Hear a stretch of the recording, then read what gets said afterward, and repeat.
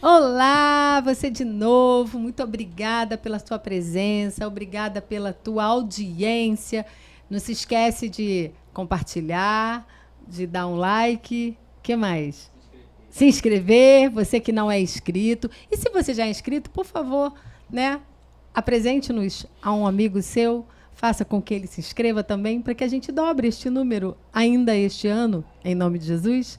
E também tem mais outra coisa, comente bastante nesse podcast, coloque aí suas dúvidas, coloque aí seus insights, coloque aí também as suas sugestões para os próximos podcasts, que eu vou ler tudinho com muito amor e carinho e vou responder vocês.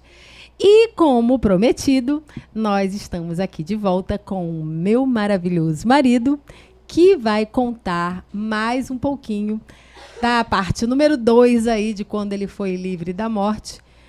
Nós tivemos no podcast passado o testemunho dele, de 6 meses atrás, que foi quando eu tive nosso último podcast. E, por conta de tudo isso que aconteceu, nós ficamos parados, um tempinho para a família, um tempinho para a gente se recuperar, para tomar conta da saúde, para a gente ver, né, o que estava faltando colocar no lugar. E a gente está, aos poucos, agora retornando com esse projeto, que é um projeto que nasceu, babem, no coração dele. E eu apenas coloquei em prática. E está aqui o William Gonçalves, meu marido maravilhoso, de 27 anos já. Não é 27 anos que ele tem, não, tá, gente? É 27 anos que a gente tem de casado. E ele vai contar aqui hoje, né, assim, a primeira vez que quase ele foi chamado para morar com o Pai do Céu. E, curiosamente, eu não estaria aqui com ele, né? Nós hoje não teríamos a nossa família. Isso aconteceu em 1994, em outubro. Eu já vou dizer qual é o dia certinho. Foi dia 8 ou foi dia 9 de outubro? Acho que 9. Eu me lembro que eu estava, nesse dia, eu estava em Barra de São João para o aniversário da minha avó, que ainda era viva nesse ano. E eu não estava aqui. E aí você foi dar carona para uma colega, gente, para uma amiga. Ele foi dar carona para uma amiga e tudo isso aconteceu. Deus era bom comigo e deixou ele, né, vivo, para que eu ainda tivesse minha oportunidade de provar que eu era a mulher da vida dele. Sério. Isso é sério, muito sério. Fala pra gente. Você começou aqui falando, aqui em off, algo que eu não sabia, eu não lembrava, porque eu já tive Covid 4 vezes, eu já esqueci muita coisa. Sobre que antes disso acontecer, você tinha tido até uma profecia. Uma amiga nossa da igreja, uma irmã lá da igreja, que inclusive é da igreja até hoje. E ela falou com você algo que eu não sabia que ela tinha falado. Como é que foi isso? Sim. Boa noite a todos.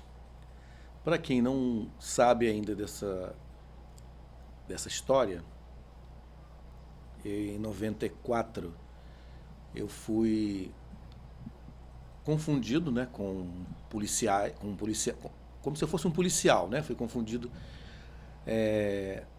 numa comunidade, né? Que antigamente a gente chamava de favela, mas agora o pessoal se refere mais como comunidade.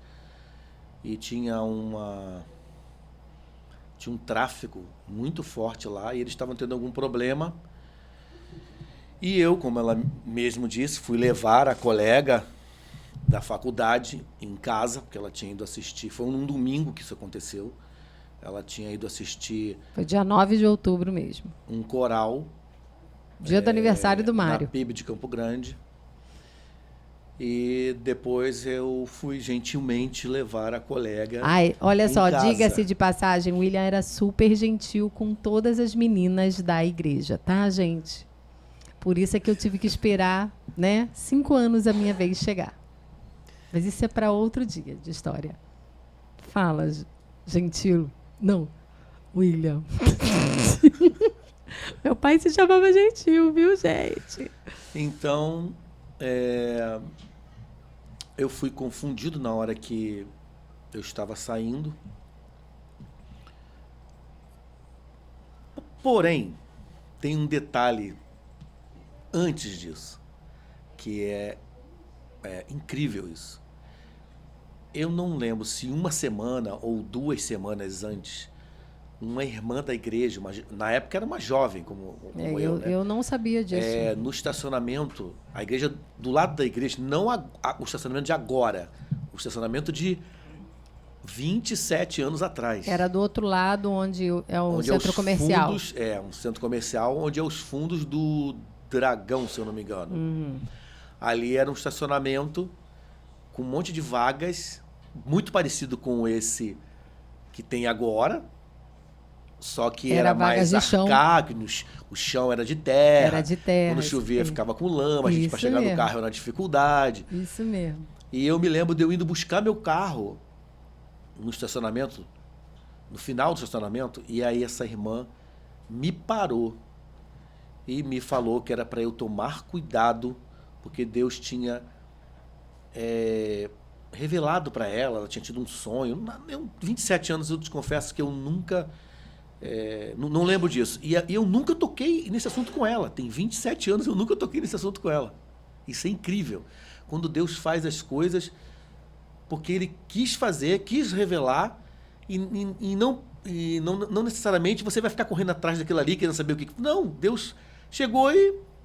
Como a história da Bíblia que mandou um animal falar com mal comparando, né? Mas assim, Deus escolhe o que Ele quer, da maneira que Ele quer, no tempo que Ele quer.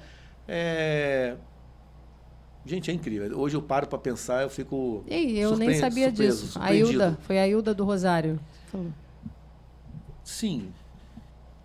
E ela falou que era para eu tomar cuidado, para eu ser cauteloso por onde eu ando, por onde eu andava, porque ela tinha tido esse sentimento, essa visão, né? Não sei te dizer exatamente como ela me falou, mas eu me lembro disso. E aí, passou, eu não sei se 1 semana, 2 semanas, mas foi próximo. E eu estava indo lá em Vilar Carioca, em frente a Vilar Carioca. Eu não sabia que a colega morava lá, só fui levá-la em casa, respeitosamente, atenciosamente. Tudo e bem, quando eu cheguei não lá... dar tantos detalhes. Eu não sou ciumenta. Vocês me entendem, né? Tudo bem. É necessário. Eu ganhei no final, eu que casei com você. E quando eu entrei na rua, hoje a gente assiste muitos episódios, né? Fica sabendo de muitos casos de pessoas que erram, né? E entram em comunidades, né?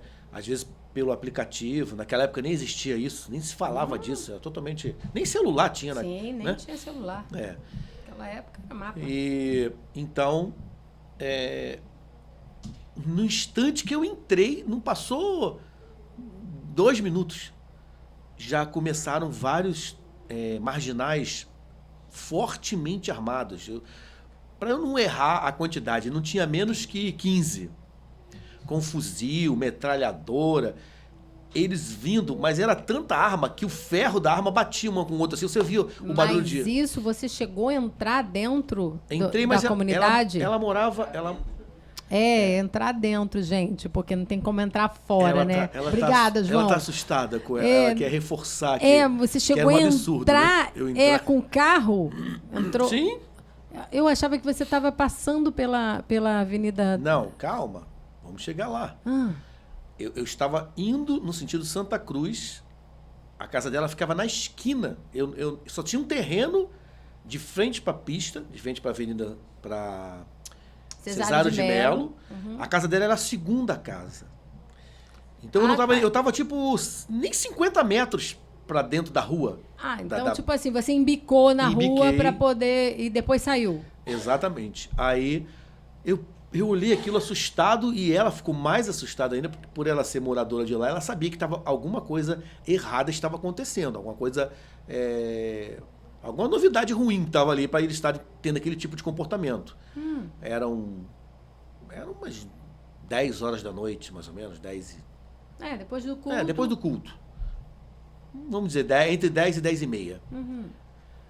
E ela falou, não, então você sai. Eu falei, mas eu posso sair com eles assim? Não, não, só manobra o carro e vai, porque tem uma coisa estranha acontecendo.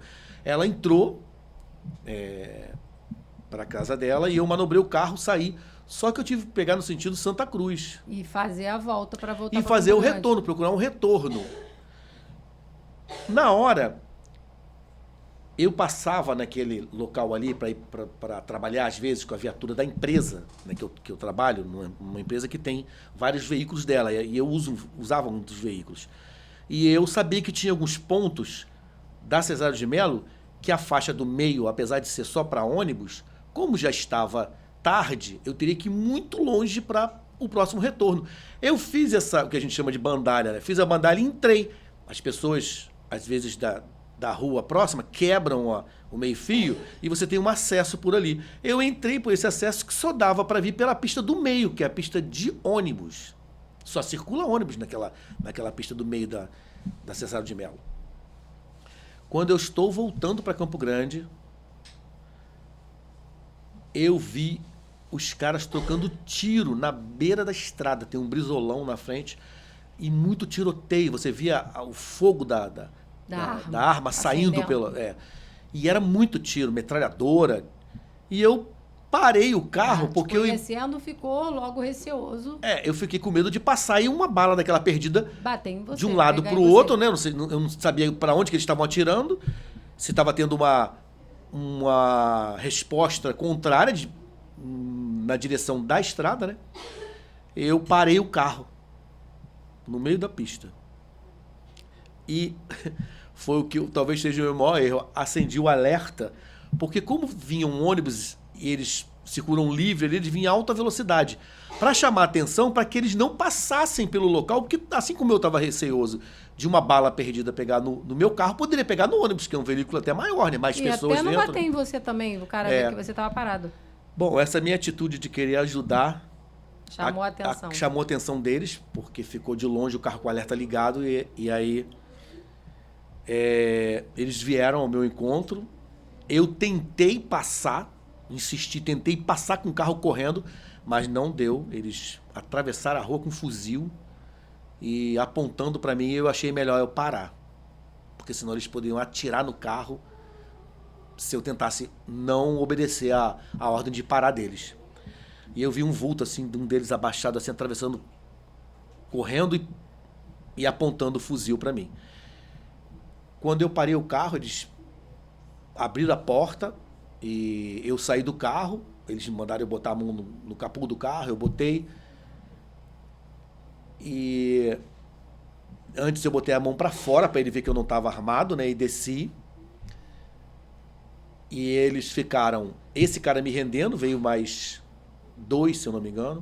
E ficou o restante do grupo do outro lado da rua, em frente ao brisolão, e gritando de lá e falando: o que houve? O que houve? Aí o que me rendeu falou: peguei mais um. Porque depois que passou tudo que aconteceu, eu soube que tinham pegado duas pessoas também que estavam rendidas, mas que não estavam comigo. E me disseram que eram policiais, inclusive, que eles tinham pego lá dentro da favela lá e tinha prendido esses policiais. Tinham prendido e tinham matado? Não sei te dizer. Ai, meu Deus. Quando ele foi atravessar, ele parou os carros na avenida, parou todo mundo pra gente atravessar, pra eu atravessar com eles, pela pista do sentido Campo Grande, né? Santa Cruz, Campo Grande. São 3 pistas, né? A outra era sentido Campo Grande, Santa Cruz. Eu estava na do meio. Ele me rendeu na do meio e tinha que atravessar a pista lateral, sentido Santa Cruz, Campo Grande. Ele parou o trânsito totalmente. Todos os carros tudo parando, freando. Eu me lembro do motorista acendendo a luz. Vilar Carioca. Mas ele fica indo para Santa Cruz ou fica vindo para Campo Grande? Para onde eles me levaram, vindo para Campo Grande. Então, atravessando tudo pro outro lado. Entendi. E aí ele botou uma pistola no meu ouvido assim e deu 3 tiros pro alto. Na hora que eu estava atravessando a rua, ele botou a pistola pro alto, deu 3 tiros com a pistola apontando para cima, né? Mas meu ouvido ficou zumbindo depois, né? E eu me lembro pessoal dos carros acendendo as luzes internas para eles verem que tinha um casal até num carro, para poder ver que tinha mulher dentro do carro, de repente, para ele não ficar preocupado de atirar contra os outros carros também, para entender o que estava acontecendo. Tinha criança também, né? Bom, aí quando eu cheguei no meio deles, na calçada, em frente àquele bisolão, aí eles falaram, vamos levar ele para dar uma dura. Pegamos mais um. Então eles achavam que você era policial. Achavam que eu era policial. E aí me levaram para dentro da favela e ficaram me interrogando dentro da favela. Me perguntavam várias vezes, vinha outro, perguntava de novo a mesma coisa para saber se eu ia contradizer, né, alguma coisa, e eu falando que eu não era da polícia. Então, quem te conhece sabe que você não é policial, né? Que você trabalha na Companhia de Águas do Estado do Rio. Mas quando você passou para a Companhia de Águas, você também passou por um concurso da polícia. Foi, nos dois. E aí ele optou, na época, por causa da parte financeira, a Companhia de Águas ela oferecia mais, ele optou por seguir, vamos dizer, a carreira no serviço público na Companhia de Águas do Rio. Ou ele poderia, naquele dia, ser um policial. E ele não estaria aqui para contar isso. Como Deus vai fazendo as coisas e vai arrumando as coisas e vai preparando tudo na nossa vida. A gente, às vezes, pensa que a gente não entra num concurso por pura falta de sorte. A gente, às vezes, pensa que a gente começa e fracassa num negócio porque a gente é azarado, porque não temos as conexões certas, mas a gente nunca para pensar que é tudo fruto de um propósito, presença de Deus, um propósito maior e que a gente não conhece porque nós somos limitados. Aí continua. Você foi levado lá para dentro da favela e nessa hora iam te dar uma dura. O que era isso, essa coisa de dar uma dura? Acredito que me executar, né? Porque hoje eu não sei como é aquela comunidade, mas naquela época você ouvia muitos casos de pessoas que eram levadas lá para dentro e eram executadas no final da favela, que eles chamam da Segunda Cruz, né? Lá tem dois cruzeiros, acho que é o nome que eles chamam. No final, quando acabam as casas, é uma área enorme com uma cerca e vazia. O pessoal usa até para colocar gado para pastar lá, arrendam para botar gado, tem várias bois, cavalo. E eu conheço pessoas de lá que, inclusive, me relataram isso, que moram lá, que arrendam esse local e falou assim, olha, no meu pasto tem vários pontos assim de terra remexida, que uma vez eu perguntei para eles por que eles passavam lá e pediam pá, enxada, e eles riram, os meninos, eles chamam de meninos. E eles falaram que era para, não se mete com isso não, só não mexe na terra. Até que um dia ele veio até o lado de fora, que eles estavam chamando ele para pedir a ferramenta, né? E ele viu dentro de um carrinho um corpo, com um saco, e ele entendeu que eles estavam matando as pessoas e enterrando lá. Essa pessoa, inclusive, esse senhor, me procurou depois para me dizer se eu já tinha ido à igreja agradecer pelo milagre, porque nem direito ao meu corpo a minha família ia ter. Mas eu me antecipei agora um pouco. Você quer saber o que eles fizeram comigo lá na hora? Ele ficou me interrogando e o traficante de lá, não sei se pode falar o nome dele, tem tanto tempo, né? Ele foi um dos que me interrogou. Era o chefe deles. Depois eu fiquei sabendo que era ele que era era o líder, né? E ele me perguntou várias vezes o que eu estava fazendo ali, e eu dizendo, e você é da polícia, você tá aqui. Eu falei, cara, eu passei na hora errada e no horário errado, no local errado. E não, eu estou vindo da igreja, aí ele ainda ficou me zoando, nessa hora todo mundo vira crente. Eu usava uma pulseira, até hoje eu acho que tenho um pouco de trauma de pulseira, receio de pulseira, não sei porquê, tem essa lembra. Ele me viu com uma pulseira e ainda falou, e crente usa pulseira? na hora, no nervosismo, né? Eu estava tentando manter a calma, eu costumo manter a calma em situações adversas, né? De adversidade. E eu ri na hora, porque ele falou, mas o que tem? Qual o problema de usar uma pulseira? E aí eu ouvia que os tiros estavam continuando, aumentando a quantidade de tiros. Ou seja, eles me pegaram, me levaram lá para dentro, mas o problema deles lá continuou, porque eu vi o tiroteio. E eu falando para ele que, cara, eu não sou da polícia, você vai cometer um equívoco, um erro, um engano. E eu sei que vocês têm as coisas que vocês fazem aí, que faz parte da vida de vocês, mas que vocês não gostam de ficar mexendo com quem não tem nada a ver, com gente inocente. Gente. Seu negócio é com a concorrência de vocês e com polícia, né? Mas eu não sou da polícia. E ele, você tá me enrolando, você tá me enganando. E aí teve uma hora que ele falou assim, cara, eu tô perdendo meu tempo com você aqui. Aí ele mudou o semblante dele, ficou mais agressivo, né? Mais duro. E não quis mais me ouvir. E mandou que eu colocasse as mãos na parede, virasse de costas, vira aí e bota a mão na parede. E ele começou a dar uns passos para trás. E começou a engatilhar uma R15, para você ter uma ideia. Quando eu olhei e vi, eu obedeci o que ele falou, mas achei estranha a atitude dele, que ele mudou. E olhei que ele estava engatilhando a R15, eu falei, gente, esse cara vai me executar aqui, ele não está me ouvindo. Ele não está acreditando em mim. E aí eu lembrei que a gente tem um Deus, né? Que nessas horas ele tem que... É o socorro que você tem que pedir. E eu falei, meu Deus, eu vou ser executado aqui, por que esse cara está fazendo isso? O que eu faço? Toma conta agora da minha vida e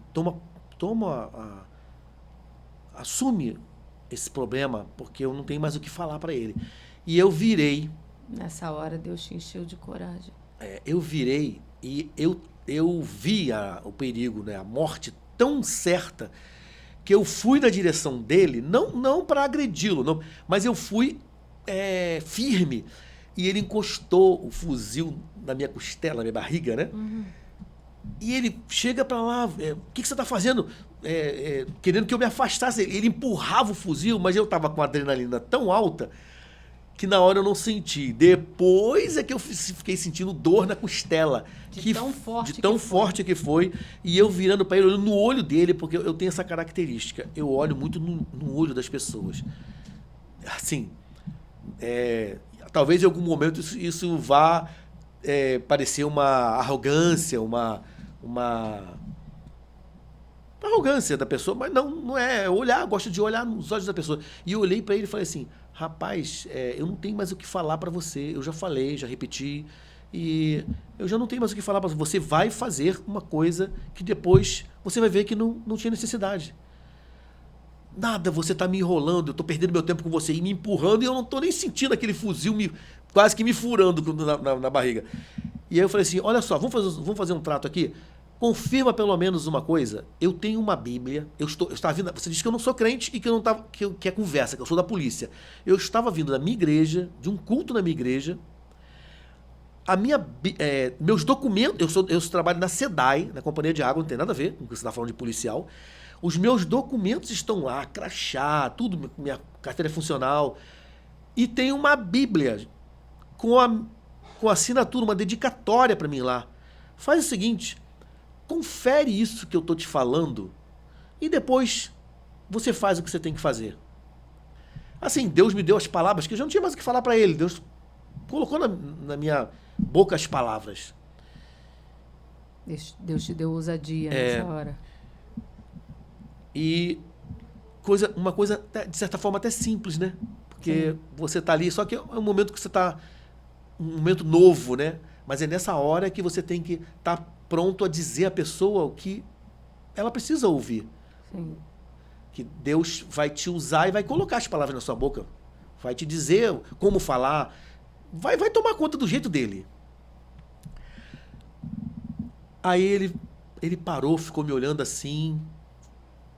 não esqueça dessa cena. Ele ficou me olhando e ele estava de boné e ele dobrou assim, o pescoço assim pro lado assim. Cara, por que eu acho que eu tô perdendo meu tempo aqui? Você tá me enrolando. Eu tô perdendo meu tempo aqui com você. Você tá me enrolando. Eu falei assim, olha, eu não tô te enrolando, eu tô falando a verdade. Só a verdade. Agora, eu não tenho mais o que te falar. Só isso, é a pura verdade. Faz o que eu te falei. Ainda sugeri ele pela segunda vez. Vai lá, olha a Bíblia que eu tô te falando, olha os meus documentos e você vai conferir. Nesse momento, o tom de voz dele mudou. Ele estava movido por alguma coisa do Espírito Santo, Deus tocando, Deus criou uma forma de eu falar, a minha arrogância deixou de ser arrogância, né? Minha firmeza não foi arrogância para ele. Foi um espírito de ousadia e de coragem. Isso. Você mostrou coragem nessa hora. E aí alguém começou a chamá-lo. Apareceu mais outros, tava mais ou menos uns 5 ou 6 com ele. Tu lembra o nome dele? Chamou? Não, ele era o Pedrinho Maluco, que eles chamam que era o próprio. Ele era o próprio. Ele era o Pedrinho Maluco, que estava me interrogando. Caraca. E aí apareceu um segundo, que depois eu fiquei sabendo que era como se fosse o segundo depois dele, o xerife de lá, né? Eles chegaram e começaram a chamar ele, assim, numa distância, assim, dos 50 metros, 40 metros. E ele ficou meio dividido entre eu e os caras que estavam gritando ele. E eu não ouvi o barulho dos tiros. Ele, sim, falou assim, eu já vou aí. E aí virou para os caras que estavam lá, os outros, falou, fica aqui com ele, tomando conta dele, que eu vou lá resolver isso e volto aqui. Aí ele foi andando. Gente, ele deve ter dado uns 5 passos.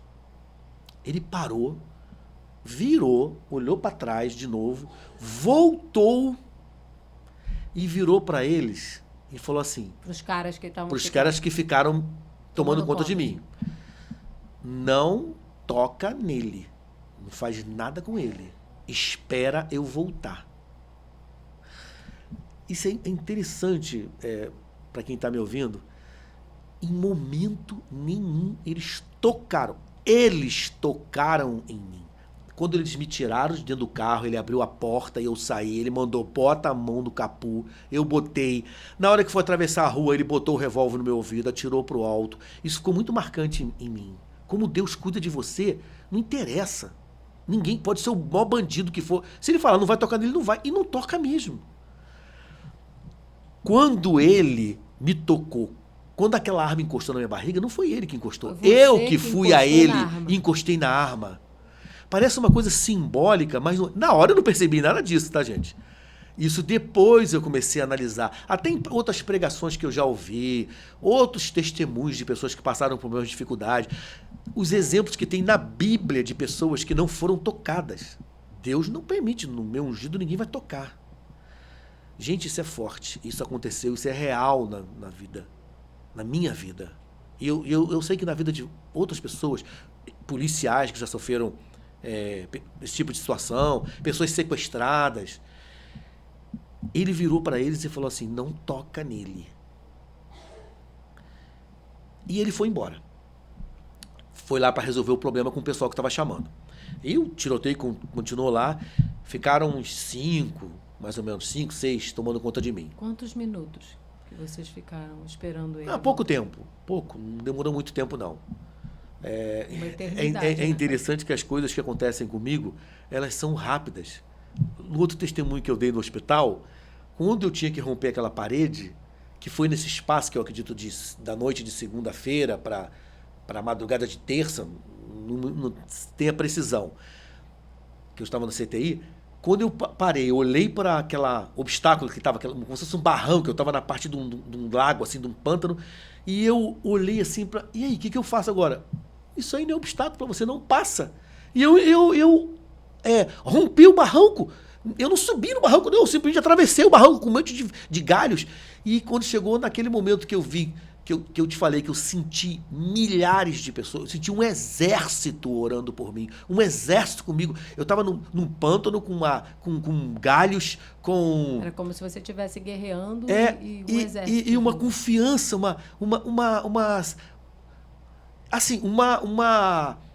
noção real de que eu estava num local feio, um local úmido, um local com espinhos, um local escuro, mas confiante, mas tocando para frente, avançando. Nesse dia, eu tive essa experiência de que Deus toma conta de você. E aí o cara foi, e eu fiquei com aqueles caras ali, eles obedeceram a ordem deles, mas de repente não iriam obedecer, poderiam fazer o quê? O cara estava para lá. Mas o que eu estava dizendo é o seguinte, que as coisas acontecem comigo rápido, não demora. É rápido, é definido, define. Deus comigo não demora. Tem gente que, fiquei levando anos. Não que eu não possa algum dia vir a ser submetido por uma aprovação assim, mas as coisas que acontecem comigo são rápidas, elas não demoram. Elas vêm e acontecem. E voltou um outro, que é aquele segundo que eu falei, não sei o nome dele, mas pela descrição que eu procurei depois saber da polícia, do que se tratava, quem eram. Mais pra frente, no decorrer do que eu estiver contando aqui, vocês vão entender. E ele veio e ficou cochichando com eles no ouvido, tipo perguntando quem eu era, alguma coisa que ele estava perguntando aos que ficaram comigo tomando conta, o que tinha acontecido. E aí, uma hora ele falou assim, vambora, vamos andando. Ele com 2 pistolas na mão, gente. 2 pistolas prata na mão e 2 pistolas pratas na cintura. O cara tava Esse com já 4. É o segundo já é o segundo no comando. Eu nunca mais vi o do primeiro. O Pedrinho Maluco, nunca mais eu o vi. Ele não voltou. Esse segundo mandou que eu fosse andando. Aí eu fui andando para dentro da favela. Ele falou assim, não, eu quero que você vá para cá. No sentido oposto da favela. E eu, conforme eu fui andando, eles foram diminuindo o passo, ou eu estava nervoso e comecei a andar muito rápido, e aí comecei a me afastar deles. Aí o que é a nossa fé, né? Nossa fé é o famoso grão de mostarda, né? Eu achando assim, caramba, o que eles vão fazer comigo agora? Eu tô indo pra rua, eu ao invés de acreditar que estava indo... Estava sendo liberto? Liberto, né? Como a história do barco, né? Que vem, aí o discípulo foi pisar na água e confiante, daqui a pouco começou a fraquejar, a bênção estava ali, ele começou a afundar. A gente é esse grão de mostarda de fé, né? O ser humano não tem jeito. E aí eu tive coragem de novo, virei para eles e falei de novo, o que vocês vão fazer comigo? Por que vocês estão me levando para a rua? Vocês estão se distanciando de mim por quê? É para eu parar e acompanhar você? Não. É para você continuar andando. Sumir daqui. Eu posso ir embora? Ele vai, some daqui antes que eu me arrependa. E aí, eu, ousado de novo, que eu já estava vendo até os carros passando na pista, né? E eu sabia que meu carro tinha ficado lá e dava para ver até uma ponta do meu carro assim, pelo ângulo, né? E aí eu vi meu carro e falei, gente, o que eu faço? Chego lá, pego o meu carro, vou embora, ou não, vou andando pela rua, pela estrada, a pé. E eu parei novamente, virei para trás e falei com eles, e o meu carro? Eu vou andando, vocês tiram o meu carro? Não, leva seu carro daqui. Some daqui antes que eu me arrependa. De novo ele falou isso. E eu continuei andando, eles pararam de andar, ficaram lá dentro, só me vigiando. Eu entrei, quando eu cheguei perto do meu carro estava no mesmo local, na pista do meio, com as portas todas abertas. Se eu não me engano, estava até com a mala aberta, a porta da mala aberta. A Bíblia no banco, com meus documentos retirados da carteira e colocadas dentro da Bíblia, aparecendo assim a ponta, né? Metade para fora, metade para dentro. Não pegaram dinheiro, não pegaram nada no carro, meus documentos lá. Eles realmente foram lá e conferiram o que eu tinha falado. Eu peguei o carro e fui para casa. Imagina, já era tarde. Como estava dirigindo esse carro. Chegou um momento que foi complicado de dirigir. Que aí a adrenalina baixou e eu não sei nem como que eu consegui chegar em casa. Depois, eles foram lá na empresa que eu trabalho, no setor que eu trabalho, porque naturalmente Durante a semana. Alguns dias depois. E deixaram um aviso na portaria, com um dos seguranças da portaria, que era para eu esquecer o que tinha acontecido, que eles já tinham averiguado tudo, então para eu não fazer nenhum registro na polícia. Esquece que não vai acontecer nada. A gente já sabe onde ele mora, sabe onde ele trabalha. Então, esquece. Ele soube conversar com a gente legal. Ele sabe conversar, conversou com a gente legal. Foi isso, mais ou menos assim que eles falaram. Quando chegou num domingo... Até hoje você é famoso pelo seu papo. Quando chegou num domingo na igreja, a igreja não era do jeito que é agora. Eu lembro. 7 dias depois. Então... Era uma escadaria que era meia-lua, né? Aquelas escadas tipo meia-lua que você descia ali, né? E só tinha um ponto para você descer ali na frente, não tinha aquela lateral, né? Então todo mundo tinha que descer por ali. O pastor ficava até ali na frente cumprimentando as pessoas. Na verdade, a escadaria era ali perto onde é a secretaria, né? Isso. A escadaria era por ali, aí subia e assim, era tipo um U. Tum, assim. Mas eu digo a escadaria depois quando você já está saindo, indo para o estacionamento, caindo na frente do estacionamento. Era assim. Quando eu estou descendo a escadaria, já na saída do estacionamento, um rapaz muito alto, 1,90 m de altura, era muito alto, se destacava muito, com uma camiseta, com o braço cruzado, de óculos preto. Ele era óculos negro, né? O óculos escuro, na saída da igreja, culto da noite. E olhando todas as pessoas que estavam descendo, e olhou para mim. E quando ele viu que eu tinha encontrado ele, olhado para ele, aí ele balançou a cabeça assim, saiu e foi embora. Que era um dos que tinha ficado lá me vigiando, que ele falou, não toca nele. Esse rapaz, ele estava com uma arma que pega um cinturão no pescoço, assim, as balas ficam naquele cinturão. Ele não dava para esquecer, porque era uma arma, assim, muito absurda. Parecia um Rambo. Eu não conheço muito de armas, mas parecia uma arma de um calibre maior que todas as outras, mais do que um fuzil. E chamava muita atenção, porque é ele que ficava carregando aquele negócio para lá e para cá, que ele andava que batia o metal da bala com a arma, batia. Nunca você esquece mais esse som quando você passa por uma situação dessa.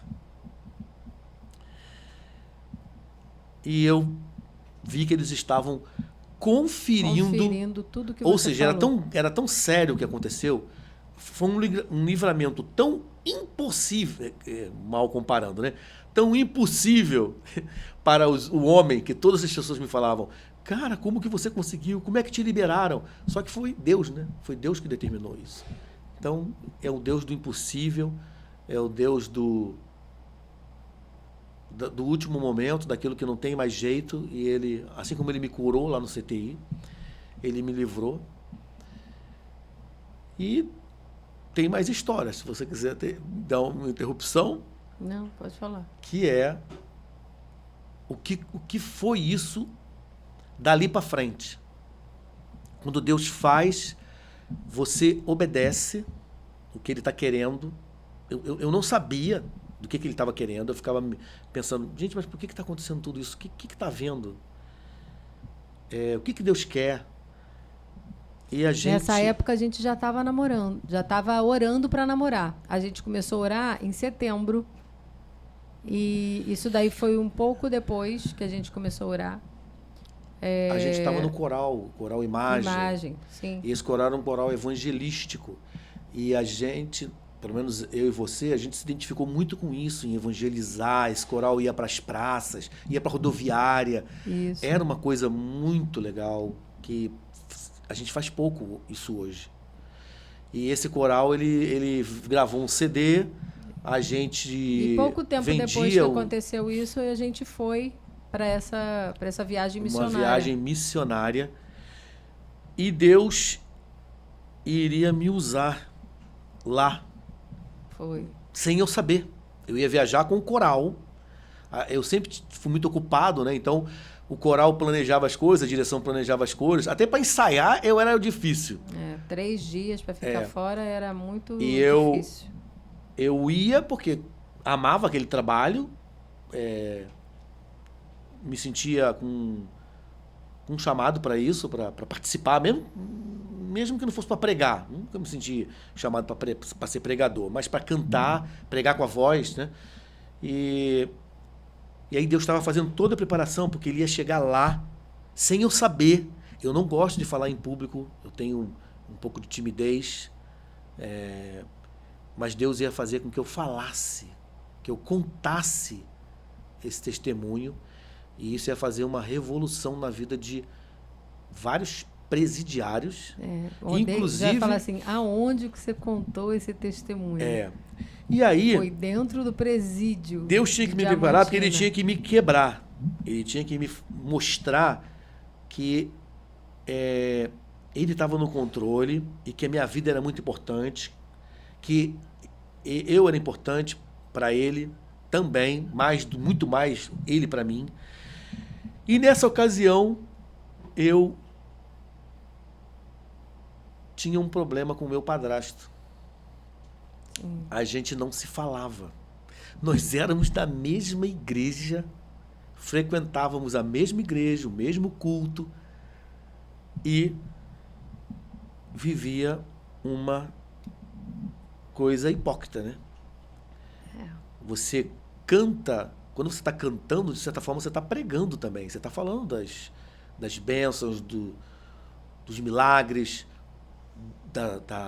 daquilo que Jesus quer na tua vida. E aí você vai e não vive aquilo. E Deus estava me preparando de uma forma completa. E aí Deus falou assim, vá e resolve esse problema agora. E a gente estava muitos anos sem se falar. Muitos anos. Era uma coisa grave. E para Deus não tem coisa grave, né? E Deus... Fazendo um parêntese aqui, quando você teve essa última vez no hospital, você também quis voltar a falar com uma pessoa que você não estava falando. Foi exatamente, você buscou e aí você começou a responder, né? Começou a ser mais amigável. E aí, como eu falei há alguns minutos atrás, Deus às vezes faz as coisas comigo e ele faz e tem que ser na hora. E que bom que você ouça e atenda ao que Deus quer. Porque aí ele tem como agir. E aí ele vai te honrar de alguma forma lá na frente. Quem sabe se o livramento que eu tive... A gente passou pela Covid, eu estava questionando. Poxa, por que um monte de gente da igreja morreu? Pessoas que estavam ativas na igreja e a Covid não poupou eles. Sim. No CTI, não sei quantas pessoas que eu conheço que já passou por CTI. Conhecidas nossas e não saíram do CTI. A gente teve recentemente pessoas amigas nossas. Sim. E Deus então faz. Ele faz e bom que você ouça. E rápido. E eu Quanto a tempo. E me lembro que eu estava saindo nessa mesma escada que eu estava descendo e que um dos traficantes estava de frente, estava de óculos, estava de frente me olhando. Eu saindo dali, o meu padrasto entrando. E não tinha jeito, a gente ia se cruzar. E eu me achava o ofendido, a vítima. Só que Deus tirou isso de mim e falou assim, não, você vai pedir perdão a ele. Eu me achando a vítima. Então, é mais difícil ainda, né? Gente, eu não pensei 2 vezes. Assim, claro que movido pelo Espírito Santo. Deus fazendo isso. Eu, humanamente, era impossível. Na carne, eu nunca faria isso. Eu parei na frente dele e falei assim, eu preciso falar com você. E ele parou, ficou assim, assustado, né? Mas um assustado com um semblante quebrado também. E eu virei para ele assim, eu quero te pedir perdão. Gente, olha, a reação é indescritível. Porque quando Deus toma conta, Ele tira a tua vaidade, Ele toma conta.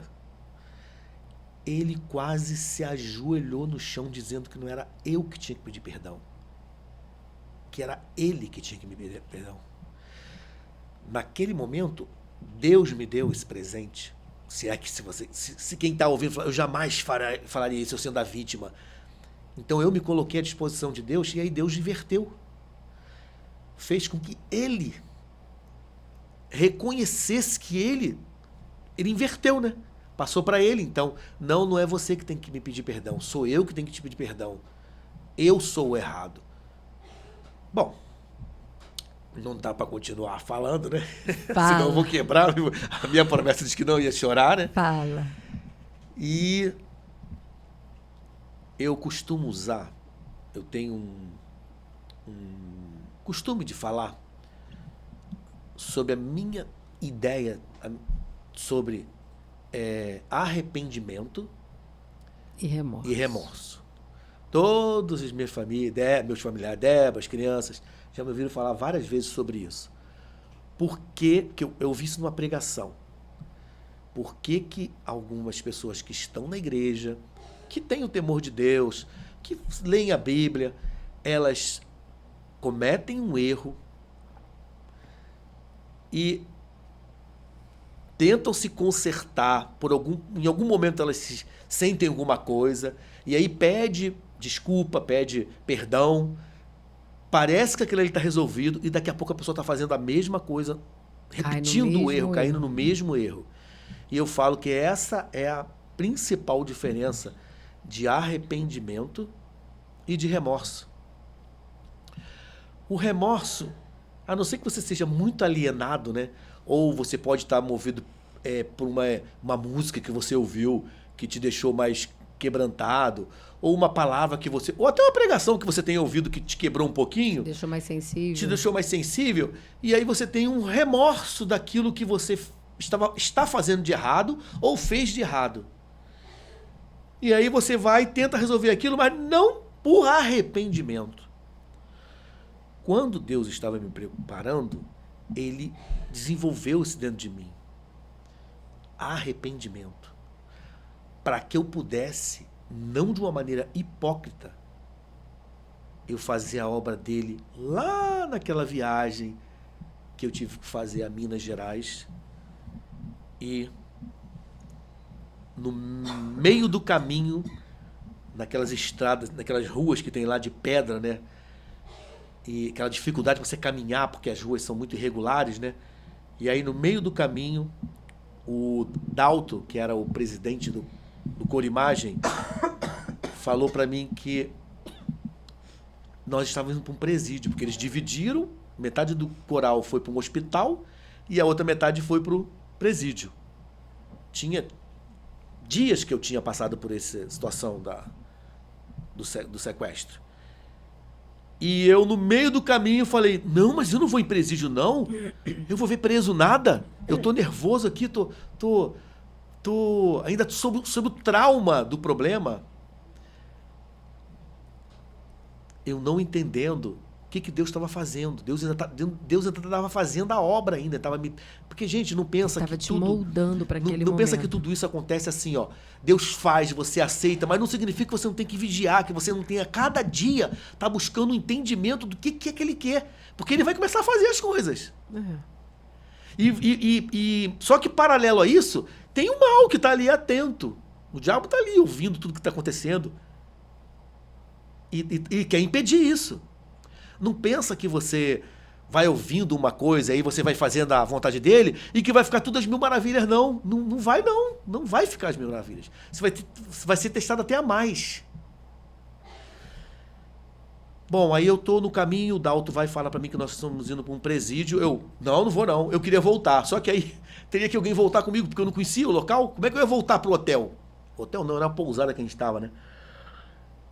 E aí me vinha aquela crise, nossa, mas por que eu não vou no presídio? Pô, estou sendo fraco, estou sendo...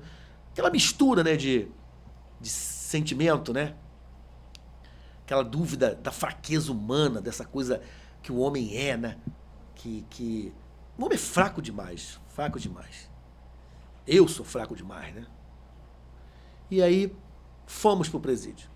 Gente... A gente não namorava nessa época.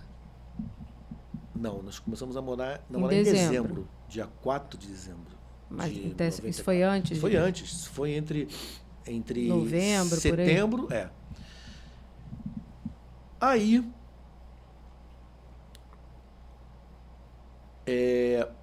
quando eu cheguei lá no presídio, gente, eu não sei se vocês já foram em presídio, foi o único presídio que eu já fui na minha vida, pra vocês terem ideia.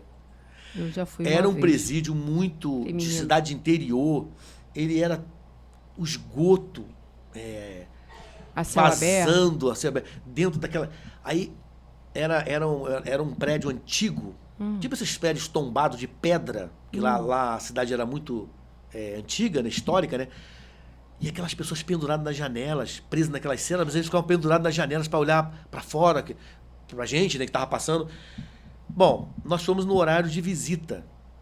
Então tinha um pátio no meio do presídio. Eles fizeram uma separação com alguns guardas armados. Não sei se armado com armas, não sei se ficavam com armas de verdade. Quem estava na torre, eu vi os guardas armados que ficavam naqueles muros no alto. E embaixo, eu te confesso que eu não lembro se tinha a guarda armada. Tinha guarda, mas não sei se estava armado. Tinha mulher com vocês? No grupo? No coro, é? Tinha. E aí, Sei que eu não nós fui, cantamos né? lá no Porque presídio. eu não fui. Separaram, talvez, Sim. as mais jovens e deixaram para fora nessa visita daí. Eu fui para outra... Você não viu essa... Não, eu não vi. Aí, quando chegou na hora, o coral fez aquela formação para cantar. As visitas, os presos naquele pátio, junto com as parentes, com as pessoas que estavam visitando, né? E a gente foi cantar para eles, naquele período do horário da visita. E eu olhava para o Dalto canta baixo, e eu sou tenor, então eu fico no lado oposto, né? Então eu olhava para o Dalto virava a cabeça assim, sinalizando que queria falar comigo. Eu sem entender, ele tentando falar, eu não conseguia entender o que ele estava gesticulando. Ele veio, chegou e falou assim: eu gostaria que você desse aquele testemunho do que aconteceu com você. Gente, eu para poder falar em público, tenho que me preparar. Eu não gosto de nada em cima da hora. Eu tenho que ter toda uma preparação, conversar comigo. Eu sou todo meticuloso. É um ritual. É um ritual. Eu olhei aquilo assim, não, eu não vou falar. Cara, tu quer que eu não falo bem em público e eu vou ficar nervoso? E não, cara, eu tô muito nervoso, ainda tô muito traumatizado. Não sei nem se eu usei essa palavra. Essa palavra é um pouco forte para mim. Mas... E ele, não, você tá certo. Eu tô pedindo demais a você. E voltou pro lado dele. E aí aquela vozinha, né? Veio. Você vai esconder isso? Isso não faz parte de nada na sua vida, não? Como vindo aquela coisa do preparo que eu tava tendo já desde lá de trás, né? Deus me preparando. E aí eu olhei e falei assim, não, eu não posso ser covarde assim. Eu não posso ser fraco assim. Aí também tem limite, né? E aí eu olhei para ele e balancei a cabeça dizendo, ok, eu vou falar. Gente, se vocês me perguntarem se eu falei alguma coisa especial, Deus colocou as palavras na minha boca, eu contei o que tinha acontecido e resolvi fazer, de alguma forma, do meu jeito, simples, mostrar para aquelas pessoas e apelar que elas ainda têm uma oportunidade, que as coisas não acabaram, que eu tive a minha oportunidade. E eles têm também, da mesma forma, eles são tão filhos de Deus como eu. Olha, várias pessoas se converteram, vários presos se converteram. Depois aqueles policiais que ficavam naquelas torres me procuraram dizendo que queriam descer da torre para aceitar Jesus. Eles pegaram endereço para se corresponder, eles ficaram se correspondendo comigo por um tempo. Olha, foi uma coisa assim maravilhosa. Deus, mover do Espírito Deus naquele lugar ali. Deus fez um mover, como você falou, em cima de uma adversidade. de uma coisa dura, né? E mexeu, né? Todo um processo, né, da família, entre eu e você, porque você se aproximou, a gente se aproximou muito com isso, que eu contando para você o que tinha acontecido, você chorando.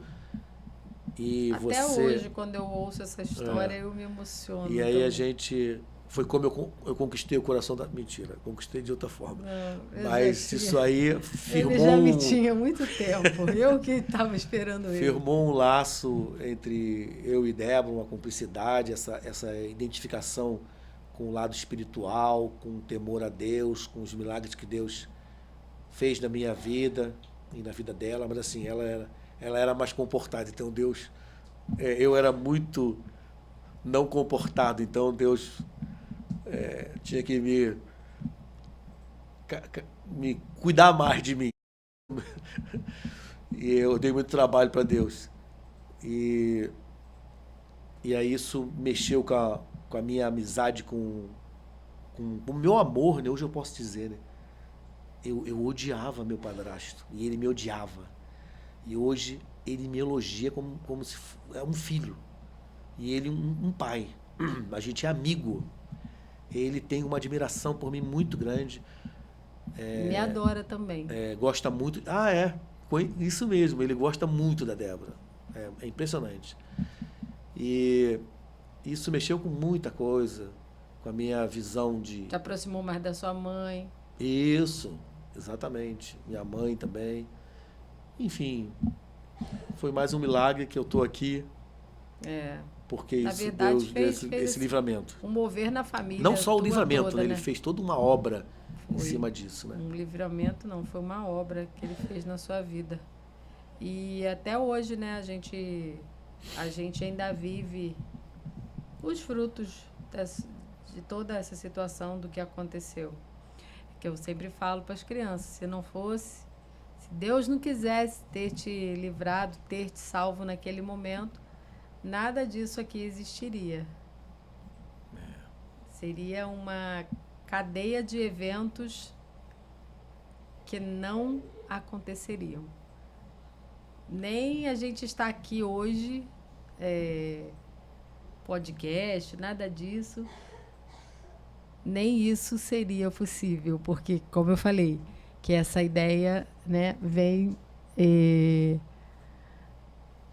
do William, né? É algo que nasceu no teu coração e a gente foi colocando em prática, né? Não teríamos essas 4 bênçãos que a gente tem. Foi tudo... Isso é tão forte, que quando a gente fez 25 anos de casado na boda de prata, que foi lindo, né? A gente tem que fazer um podcast da nossa boda de prata. O pastor, na hora do culto, né, na igreja, vai fazer 2 anos, né? Mês que vem, né? Que a gente fez 25 anos, né? Boda de prata. Isso mesmo. E aí o pastor perguntou a Débora, como é que ele fez a pergunta, que era para você passar alguma mensagem para mim, como é que a gente se conheceu, não foi? E aí na hora que ele me deu, você fez todo um discurso, né? Na hora que passou para mim, eu fui falar como é que eu conheci você, da onde que a gente tinha se aproximado. E aí ela já tinha falado tanta coisa que eu fiquei meio sem ter o que falar, porque nós não combinamos nada. Ninguém escreveu papel, leu nada, ou ficou repetindo as palavras que ele falava. O pastor nos desafia, né? Ele conhece a gente, né? Então, e na hora que eu fui falar, eu lembrei do lance que a gente se conheceu, que a gente se aproximou muito por causa desse incidente que houve, desse sequestro.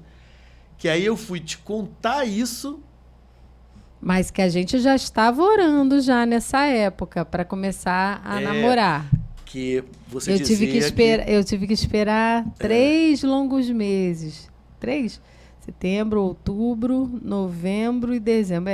Quase 3 meses. E ele falando que Deus não respondia, que Deus não estava respondendo, que ele ainda não tinha resposta de Deus. Eu virei para ele e falei assim, você está surdo, porque Deus já te respondeu um tempão. Deus já tinha respondido ali para ele e ele não tinha ouvido ainda, entendido ainda. E aí, isso aconteceu em dia 9 de outubro. Dia 4 de dezembro... Foi que finalmente eu recebi, assim, aquele... Pedi para namorar, o pedido para namorar a Débora. E aí, na hora da minha declaração, de contar como a gente um pouquinho da história da gente, eu falei isso, desse sequestro, e que aí eu estava contando para a Débora, a gente ficou muito próximo, porque ela ficou impressionada quando ela veio de Barra de São João e soube o que tinha acontecido. E aí, num desses momentos de eu contando para ela, a gente começou a orar muito, né, sobre o milagre e, ao mesmo tempo, pela gente, porque a gente estava se conhecendo e querendo que Deus desse uma resposta se era pra gente namorar. Aí tem um colega, que ele era até meu chefe na SEDAI, eu convidei ele para a boda de prata e ele sentado, quando eu comecei a contar isso, ele parou e falou assim, gente, que maluquice é essa que o William tá falando ali no casamento, ele contar um negócio dele. Como é que ele vai sair disso aqui e voltar pro romantismo que precisava ter pela ocasião, né? Não era pra eu falar de sequestro ali, né? Aí ele, rapaz, você não é mole não. Tu começou com um negócio que eu falei assim, gente, aonde que ele vai parar agora com isso? Não era pra ele falar isso aqui não. Mas você você é muito de falar a verdade. Aliás, foi um testemunho que eu dei, né? Que a família da gente é aquilo ali. A gente fala a verdade, o que as pessoas estão vendo é aquilo ali, né? E eu sou muito disso, de falar o que está acontecendo. Sou muito pé no chão, né? Depois, se você quiser ver nossas bodas, é só passear aí no Ministério Débora William, que deve estar aí. Assista o culto. E a parte que eu vou falar de coisa que você vai entender, do início você vai achar um absurdo, mas depois do final você vai ver que eu consegui driblar e encaixar. Vou até assistir de novo, que deu uma saudadezinha. Muito legal. Sim, com certeza. Tudo na vida da gente, emoção. Essa mulher, como eu já falei no dia da boda, essa mulher não tem tédio, não tem tédio com ela. O tempo todo no 380. Mas essas coisas ruins aí só aconteceram longe de mim. Comigo só acontece assim 380, mas só coisas boas. Não, Tipo... depois que tipo assim, nos aniversários dele. Eu adotei você, né? Não, porque garotinha. A gente tem 10 anos de diferença um do outro. Mas quando ele fez 31 anos, eu dei para ele de presente... Ele queria ser piloto. Aí a coisa que eu mais perto de piloto que eu cheguei, eu vou dar um passeio de helicóptero pro homem. Eu tinha 20 anos. Ele fez 31. Eu fui lá, fretei um helicóptero em 1995. Acho que foi 1995. Por aí. Agosto de 1995, fui lá, fretei um helicóptero e levei ele para sobrevoar o Rio de Janeiro, né? Andando de helicóptero, um passeio panorâmico. Foi o que eu cheguei mais perto, foi surpresa dele. Tem uma outra coisa também. Eu tentei retribuir o presente à altura. Ele queria me levar para andar de balão. Não. O trem da Mata Atlântica. Tá. Não, mas o trem foi legal. O trem foi muito maneiro. Eu só não consegui fretar o trem. Ela fretou um helicóptero mesmo. Ficou exclusivo pra gente. Eu tentei fretar o trem da Mata Atlântica, mas aí não consegui, não. Aí teve que... Era um passeio muito especial que tinha. Hoje em dia não tem mais. Lídice, né? Era de Angra a Lídice. E Lídice a Angra. Tem um almoço dentro do trem. Tinha até vagão, restaurante e tudo. Passa embaixo da cachoeira caindo em cima do trem. Em muito cima legal. do trem, isso mesmo. Muito romântico. Pois é. Isso foi Depois tentei levar ela para andar de balão. Isso foi quando eu fiz 21 anos, né, que você me levou? Acho que no mesmo ano, não foi? Você fazia aniversário logo depois do meu aí? Eu tentei. Detalhe que a gente tinha desmanchado, tá? Ai, deixa isso para outro podcast. Agora vai quebrar o clima. Não, é que a gente teve uns 2 interlúdios assim, nos Calma, 3 você vai anos e quebrar meio o de clima, namoro. você vai quebrar o tipo clima. assim, umas coisas muito. Assim, por que desmanchei até hoje, não sei. Mas assim, depois a gente voltava também em grande estilo. Voltamos no dia do meu aniversário. Né? Ficamos separados do dia 30 de setembro até o dia 21 de outubro. Eu conto tudo, tá, garoto? Você cuidado comigo. Depois que o balão, ela me deu um bolo no balão. Não, no balão foi há pouco tempo. Deve agora, ter o quê? Uns 2, 3 anos atrás. De um dos nossos aniversários de casamento, não foi? Eu vi você pra andar de balão, aquele de balão. Ela chegou na hora, balão não. Foi um aniversário doido surpresa. Pra andar de balão, acho aquilo fantástico. Foi viagem surpresa de aniversário. Não sabia de nada. Aliás, é muito difícil. Pois é, ele me levou para passear e assim pra porque gente ela viajar. tem uma agenda, eu tenho uma agenda. E aí, para conciliar a agenda dos dois, a gente trabalha na mesma empresa, numa das empresas, só que em plantão separado. Então Só que aniversário de casamento a gente nunca tá de férias. Né? Junho a gente está sempre trabalhando. Então a gente tem que aproveitar as valiosíssimas folgas. Não fale disso. Folgas. Não fale. Corta aí, João. Aperta o pi aí. Ah, não posso falar? Por que não posso falar? Que não. Isso não fale isso. Então, aí eu tenho que tipo assim, aproveitar minhas folgas valiosíssimas. E aí ele foi... Umas folgas secretas que a gente tem, mas vou deixar vocês com curiosidade. Tiramos as folgas no dia, só que eu não sabia para onde eu ia. Era aniversário de casamento surpresa. E aí a gente foi para Paraty, fomos parar até lá em Minas Gerais. Nesse lugar que tinha... Redundante, Paraty, né? Paraty, mim. E fomos até Minas Gerais. Minas foi o lugar lá onde ele ia ter o tal do passeio de balão que eu... Não, balão realmente eu... Balão não. Balão não. Passo. Balão eu tenho gente, muito, vocês muito, imaginam, muito eu não medo. tinha programado nada. Porque o passeio de balão é caro, não é barato não. Então eu falei assim, não vou poder gastar muito dinheiro não, porque esse balão vai ser caro. Aí gastei dinheiro com um hotel, fomos em 2 hotéis. Dois locais de ficou num dia. Balão só se você me dopasse e me levasse. Eu te dei algum presente? Eu te dei algum presente? Ou era esse que era o presente? Não sei, cara, deve ter dado. Bom, eu acredito que eu dei um furo, ela ficou sem presente. Vou pensar, vou descobrir algum presente que você me deu. Mas a Débora é maravilhosa, ela você pode dar uma plantinha dessa aqui para ela, ó. Ela vai demonstrar a mesma alegria, a mesma importância de você dar um... Vou falar em joia, não, porque eu posso dar um tiro no meu pé. Tá? Vou falar outro presente. Eu adoro joias também, tá, gente? Adorei, maravilhosa. Tudo bem, fiquei até um pouquinho assim, vermelhinha. Tem um guardanapo. Ô, Érica, arruma um lenço aqui pro garoto, por favor. Tinha providenciar um guardanapo pra mim? Papel toalha. Mas a gente já tá acabando. Tá.